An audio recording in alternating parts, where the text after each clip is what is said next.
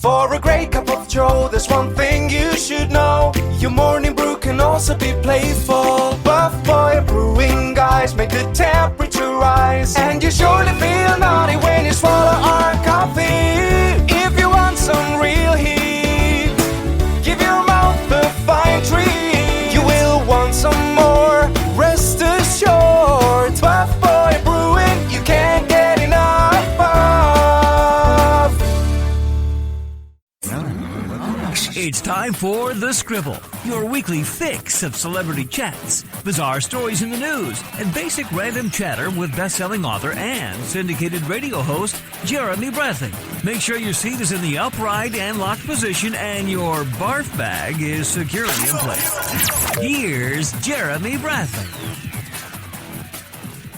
Thank you very much, Larson. Jeremy Bradley here. This is The Scribble, and thanks for tuning in at thescribbleshow.com and on SoundCloud and iTunes. How's it going this week? First of all, a happy Thanksgiving to our Canadian friends who are celebrating on Monday, depending on when you're listening to this. Thanksgiving is coming up.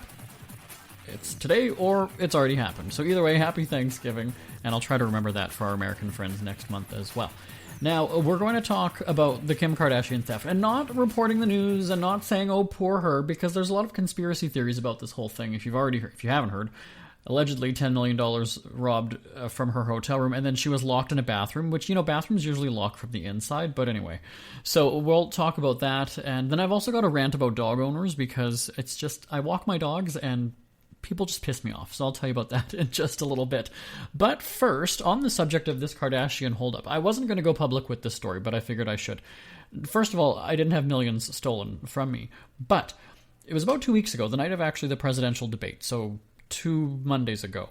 I was at home in my office doing some work, and that's at the back of my house, and all of a sudden the doorbell started frantically ringing. Now, if I am not expecting anybody, I don't answer the door, I just sort of ignore it. But frantically ringing, so I'm like, is it somebody that I know? Like, was somebody in trouble and they need my help? Like, what? So I had no lights on in the front of the house. So my living room, there's a spare bedroom in the front, there's a hallway, because my mom taught me, if you're not in those rooms, why do you have those lights on if you're not in there, right?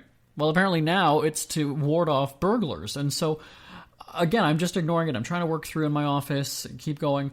And then the back door starts ringing. Ding, ding, ding, ding, ding, ding, ding, ding. So I go to the front. Still the lights are off in the living room. Go look through the front window. Don't see anybody. There's no cars in the front. And then I go to the back, look in my driveway. No cars back there. So it's not anybody that I know or anything like that. And so then I just come back to my office because I was like, all right, whatever. And then it starts happening again at the front door. So I'm like, okay, this is ridiculous. Now I'm just peering through the blinds going, can I see anybody? Again, a smart person would have probably flicked their light on in the front, but I just didn't. I was hiding out. And then all of a sudden I hear, and the dogs are barking at the same time, but then I hear the alarm when the door opens or is ajar. It goes, beep, beep, beep, back door. When you are home alone and you're not expecting anybody, and then all of a sudden you hear that, it's kind of creepy. And so I go and I open the kitchen door to go down to the landing, and the dogs run down there, and I figure if there's somebody there, the dogs would jump or I'd hear the person. But the dogs run all the way down to the basement and come back up. So I'm like, well, what the hell? Like, how is the door? So then I peek around the corner and I look and the door is closed. So it didn't make sense to me. I'm like, well, what's going on? So then I go and look, and the deadbolt is sort of like the knob or the latch is flimsy, but it's still bolted in the door. Like, it's still secured. So as I'm kind of playing with this, I still didn't turn on any lights because, again, I had no idea what happened.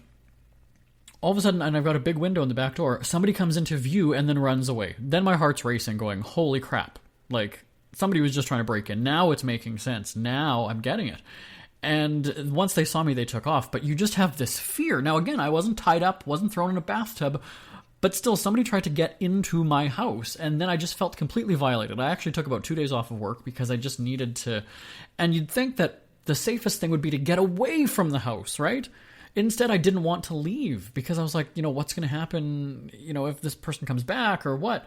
So I called, police, and they came, and then I called my parents, and then I got lectured for not having lights on, but then I go and say, Mom, that's not what you told us. Anyway, no millions stolen, but still a scary moment for me.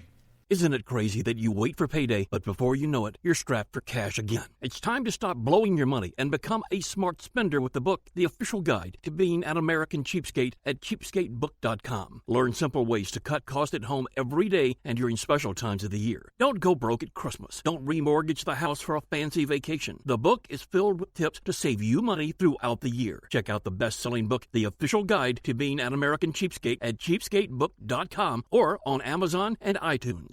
Okay, you've been hearing about the story all week, the alleged Kim Kardashian robbery, and I say alleged just because it's a Kardashian story, so there's a chance that it's all about publicity and being heard and seen and drawing attention to their new season, which coincidentally starts at the end of the month. And I'm not going to recap all the details, but really the story has had people questioning, is this legitimate? What's really going on? So the backstory. This all happened last Sunday night. We had already taped our entertainment wrap-up show for Monday morning. It was already done. We had, I think, like a Brad Pitt update. You know, we did a couple other stories. And then all of a sudden I'm at home, and I get a note from one of our producers that says Kim Kardashian was, like, robbed and tied up and handcuffed and all these things. And I thought, whoa, that's ridiculous. So naturally, I have a studio in my house. I was able to go and, I was fed the information. We re-recorded our segment, and then we had it ready for Monday morning. Now, by that point, there was already development, because at that time of the morning in North America, it was already later in the day in Paris, where she was. And the story just started unraveling. So initially it's shocking because, here she is, she's held hostage at gunpoint, and then the story, there were 2 men, then we heard there were 5 men that did it. Originally she was handcuffed, then we heard it was just tied up. She was put in a bathtub and then locked in a bathroom. Bathroom doors usually lock from the inside, so I'm not quite sure, did they, in the 6 minutes of this alleged invasion, did they, unscrew the doorknob and then turn it around so that they then really did lock her in the bathroom? Lock her in the room that she was already in? I don't know. Over in New York, Kanye was on stage performing and then just mid-song decided, hey, I got this information, I have to leave. Did he know before he went out there and performed that song? Did he have his cell phone with him? Is he actually, scrolling through his phone as he's performing on stage for thousands of people? It just seemed really odd. Then we're hearing that the kids weren't there. Now, our original assumption was that they were not there in Paris with her. We heard that they were there in Paris, but then it's like, well, who had them? Why would they not be staying with their mother in this grandiose hotel/apartment? There, she had a friend staying with her in another room, but not her own kids. So then who had the kids? Where were they? And there's no cameras anywhere. If this is like a luxury hotel and, fancy property, it's a little bit concerning that they don't have any kind of security cameras anywhere to capture it, especially if it's 5 men that dressed as police officers. That's going to draw attention in a city like Paris that has been on heightened alert since terrorist attacks. So again, kind of suspicious. Then the report is that this could be an inside job and da-da-da-da-da.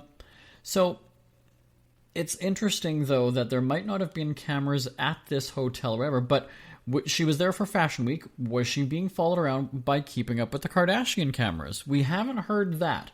We haven't heard that she's got a camera crew with her.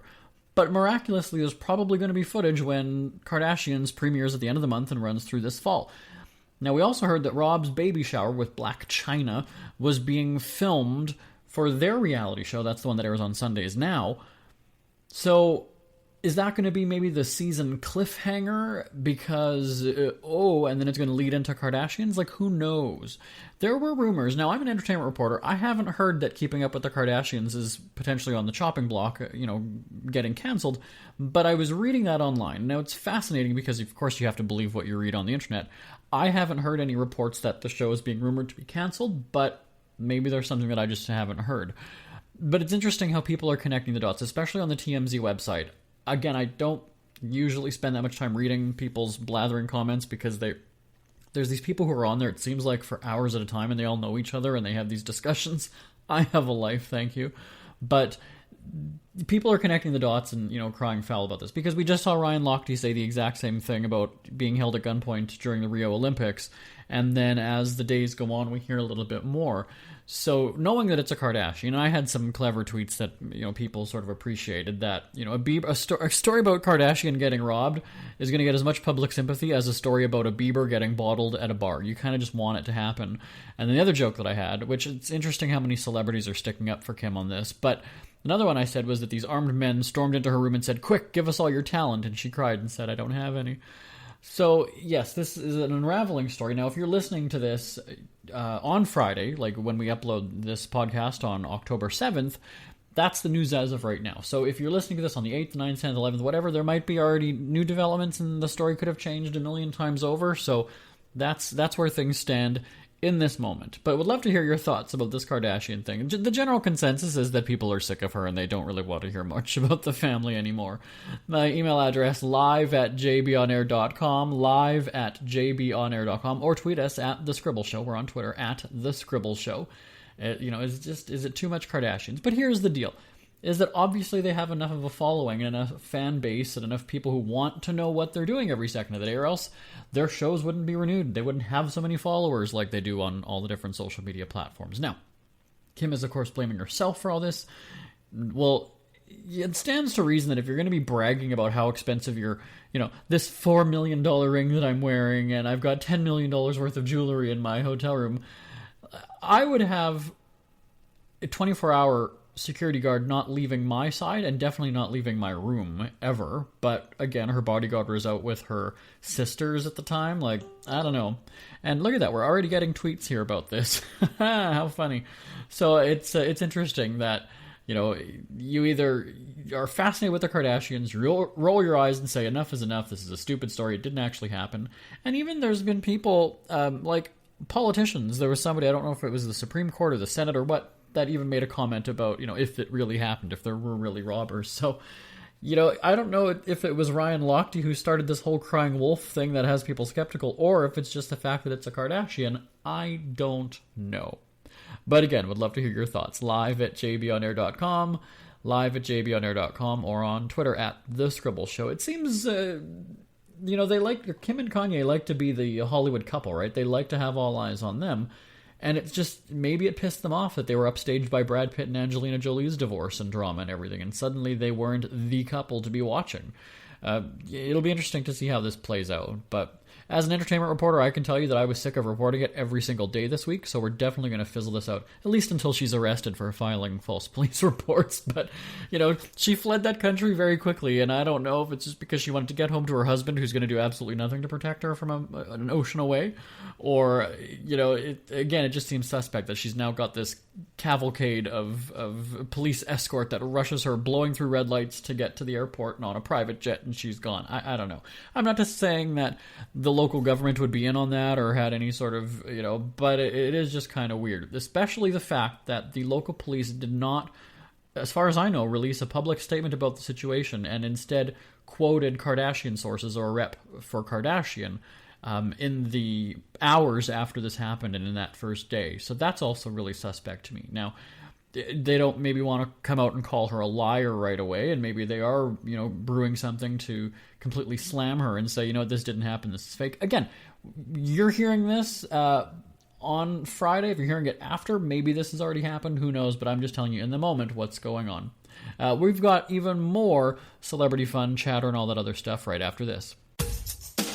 Ever had something to get off your chest but never had the balls to say it? That's a load of crap. Speak Free with JB.com is exactly what you've been waiting for. Your chance to tell it like it is and not care what anybody else thinks. Have your say on issues of the day. Join newspaper and radio columnist Jeremy Bradley as he tells it like it is. Hundreds of thousands of people have stopped by, including some well-known celebrities who have had a chat with JB and speak candidly about what's really going on in the world. You can join them too. Have a rant or a rave. Be brave and head on over to www.speakfreewithjb.com now. Who are the Kardashians feuding with now? What did that little thug Justin Bieber do this time? Who's getting hitched? And who's headed for Splitsville? Hear the latest celebrity news and gossip every day on Entertainment Wrap-Up. The good, the bad, the ugly, but mostly the ridiculously hilarious. It's all recapped in this daily segment at entertainmentwrapup.com. Have a laugh at the expense of the rich and famous when they take themselves way too seriously. It's 3 minutes of time-wasting fun at entertainmentwrapup.com. Check out Entertainment Wrap-Up at entertainmentwrapup.com. Brought to you by Speak Free Books. Let's talk about dogs here for a second on the Scribble. Now, I know you're a dog person or you're a cat person or you just don't like animals altogether, right? So, but you can appreciate pets anyway. So I'm going to talk to the dog lovers here, but cat lovers, feel free to tune in on this one too. Maybe you can even sit there going, yeah, that's why I own a cat, okay? So I was a pretty neurotic first-time pet owner. Now, we had a dog when I was growing up at home, 18 years. We got him when I was 2 years old. We had him put to sleep when I was 20. So when I bought my house, I know that I definitely needed a yard because I was going to get a dog. And for some reason I always wanted a golden retriever, right? It's like the most popular breed of dog. Everybody loves them. They're smart, they're cute, they're playful, they're cuddly, everything. So I lived in my house for a few months, and then the time came. It was just kind of like, you know what? It is dog weekend. I'm going to find a dog. So I ended up getting the dog. That's fine. So fast forward a few months. So I was getting the little bags of dog food, and I was heading out one day and I forgot, oh my god, the dog needs food. I didn't get him food. So I had pulled out chicken from the freezer, and I had it thawing at the back of the kitchen counter. I put it at the very, very back. He's still a puppy. There's no way he's going to get close to this on the counter, right? So I go just to the corner store. I go to the pet store, grab a little bag of food. I come home. I was gone for maybe in total 30 minutes. At most 30 minutes. Come home. I open the back door, come into the kitchen, and the Corningware dish that I had the frozen chicken in, on the ground. So not only was this thing, it was in a heavy Corningware dish at the back of the counter, it had a lid on it as well. This little puppy had, I'm assuming, jumped onto the counter. If I had surveillance cameras in my kitchen, I would definitely be checking the tapes. But the Corningware dish on the floor. So I can't even imagine, like, I'm just trying to think of the size of the dog at the time. There was no way that he had his paws up there and then was able to reach. He had to have been on the counter and then knocked this thing down. Licked clean. Not even a drop of the marinade, anything like that. So I come home and I'm in a panic at this point because I'm freaking out going, wait a second, my dog just ate a whole thing of raw chicken. And knowing what raw chicken can do to a human, I was freaking out like my dog is going to die. My dog just ate raw chicken, he's going to die. So at the time, I was a magazine editor. I was at a publishing company. And one of my colleagues, she had been a breeder of dogs years ago. So I call her, no answer. I text her, no answer. I call my brother, he's got a dog, no answer.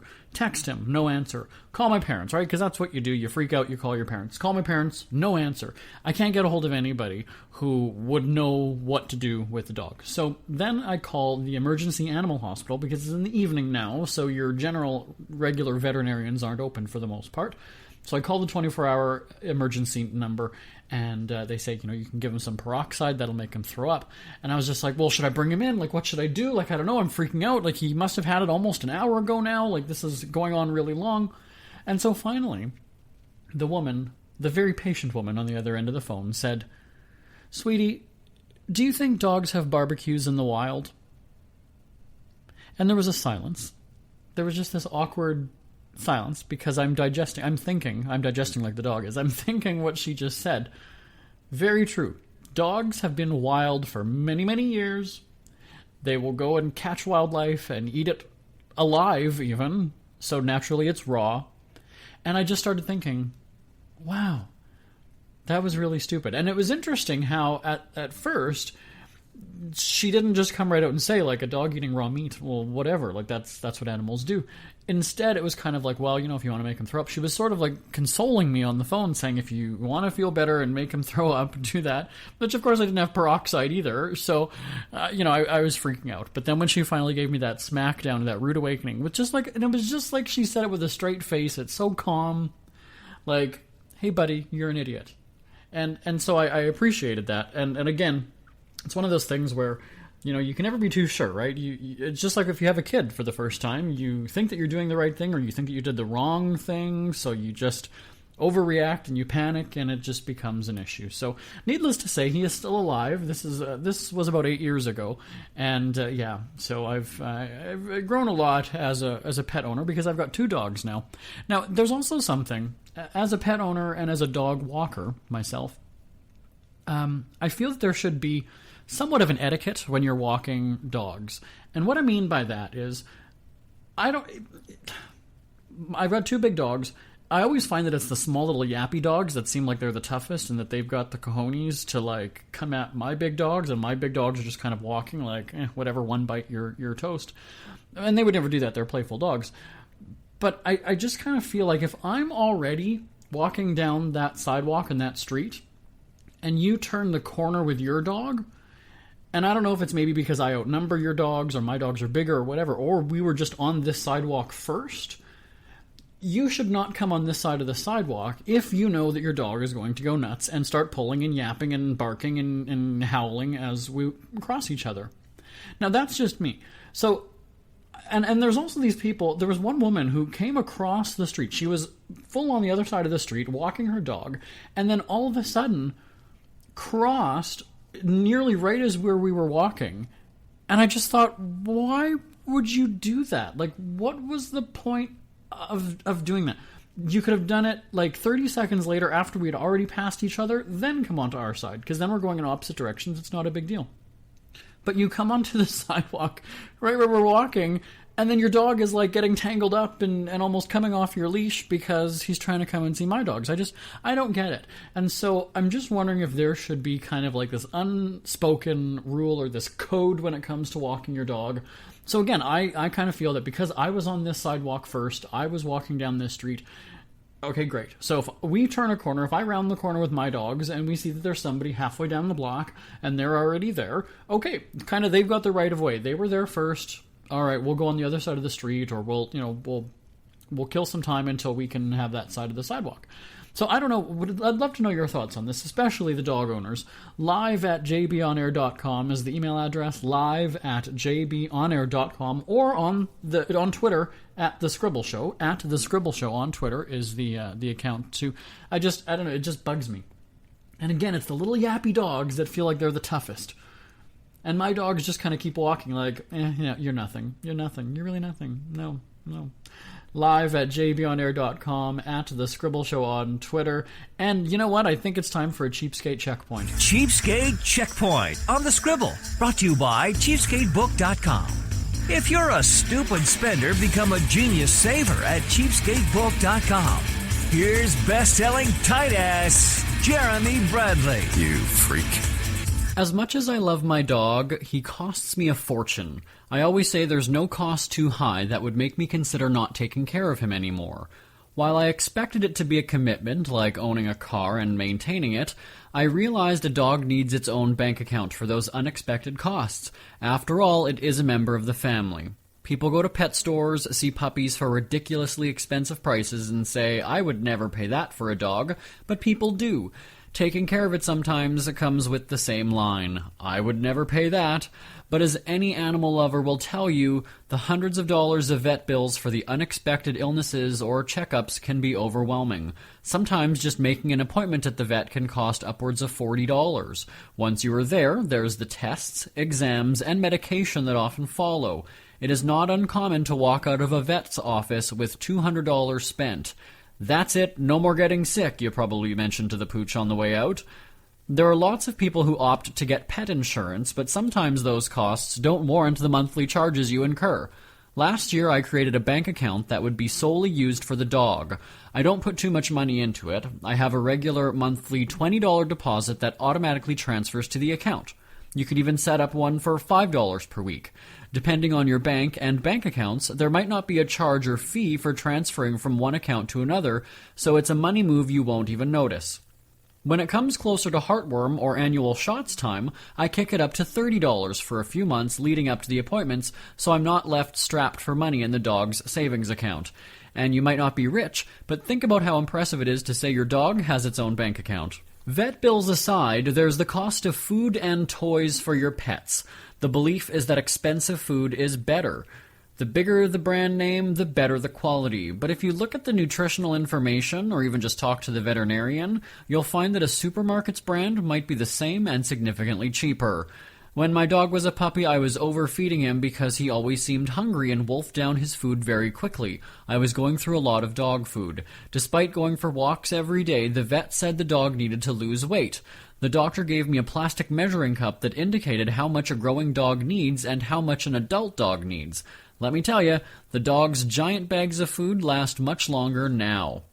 As cute as dog costumes and clothes are, they really can be an unnecessary expense. It's true that a pet's feet can freeze on cold pavement in winter, but look around the house at items you already have as an alternative.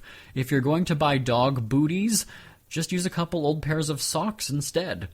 Here's a better and safer idea. Run around your home and get exercise. If you don't want to be in the cold, and your pet doesn't want to be in the cold, eliminate the walk altogether. Or go for a short walk outside and come in and pick up the activity where it's warm. All these expensive treats at the store sound so appetizing for the dog, not me. When you look at the cost of what you're getting, it makes you wonder if the price is worth it.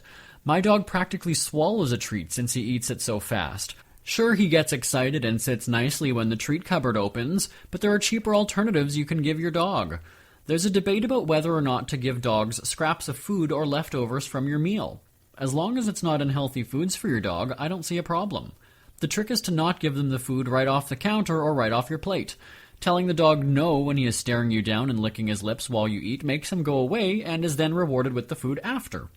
Giving him the food as his saliva is dripping on my foot while he watches me eat isn't teaching him that begging is bad. I was one of those dog owners that gave treats for everything. Any sort of trick earned my dog a treat. Now the dog only gets a treat after he has breakfast and dinner and when I leave the house. To make my escape, I ask him to find his special toy that gets treats loaded into it, and it takes him a long time to get them out. He works his brain to figure out how to get to the yummy snack while I can sneak out without him knowing. Actually, he probably wants me to leave more often so he gets more treats, but at least by the time he has spent 20 minutes working with his toy to get the reward, he will be tired out and I will be long gone. Giving praise, playtime, and attention seems to be more rewarding for my dog. Sure, he loves food treats, but he enjoys quality bonding time just as much, or at least I like to think he does. If you think about how many treats you get in a package and the amount of packages you buy in a year, you can really scale back the purchases and save lots of money. As for toys, those little plastic squeakers can cost a lot. There should be a strategy to toy purchases. First, if you hate the squeaking sound, don't buy toys that make that noise.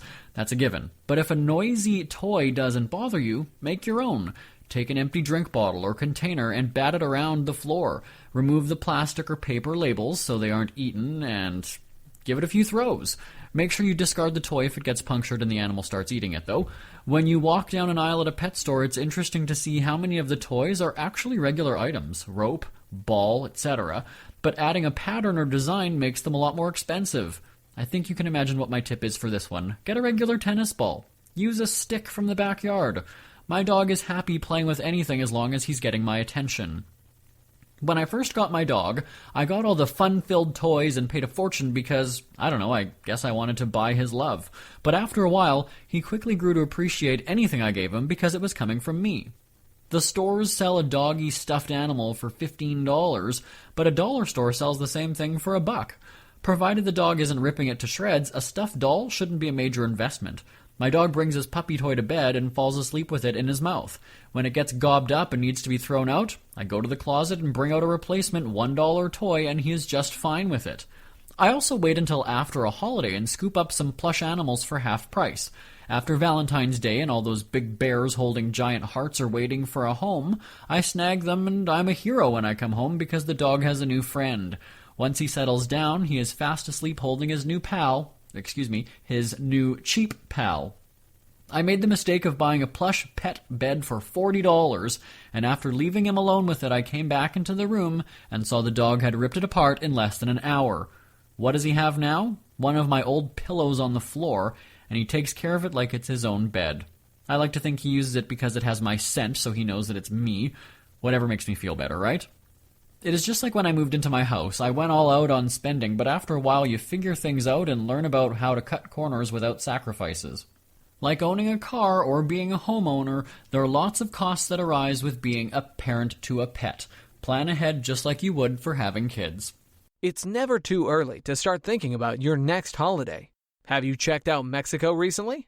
From tequila tasting, swimming with horses, to ziplining through the jungle and watching whales and dolphins in their natural habitat, Puerto Vallarta has it all. Visit mexico.jbonair.com to see all the fun PV has to offer. That's at mexico.jbonair.com for hundreds of photos, interviews, and videos from around the tourist hotspot. Check out mexico.jbonair.com for all the fun. That's mexico.jbonair.com. We hear you chirping. Get scribbling. Tweet up the Scribble at The Scribble Show. Join the discussion with Jeremy Bradley. It's all going down right now on Twitter at The Scribble Show and at thescribbleshow.com. We're out of time. Remember to subscribe at thescribbleshow.com on SoundCloud and iTunes. My name is Jeremy Bradley. I will talk to you next week. Bye-bye, everybody. Want more Scribble? Check out thescribbleshow.com for past shows, celebrity interviews, cheapskate tips, and more. That's at thescribbleshow.com and on Twitter at The Scribble Show. The Scribble is a speak-free media presentation. If you want some real heat,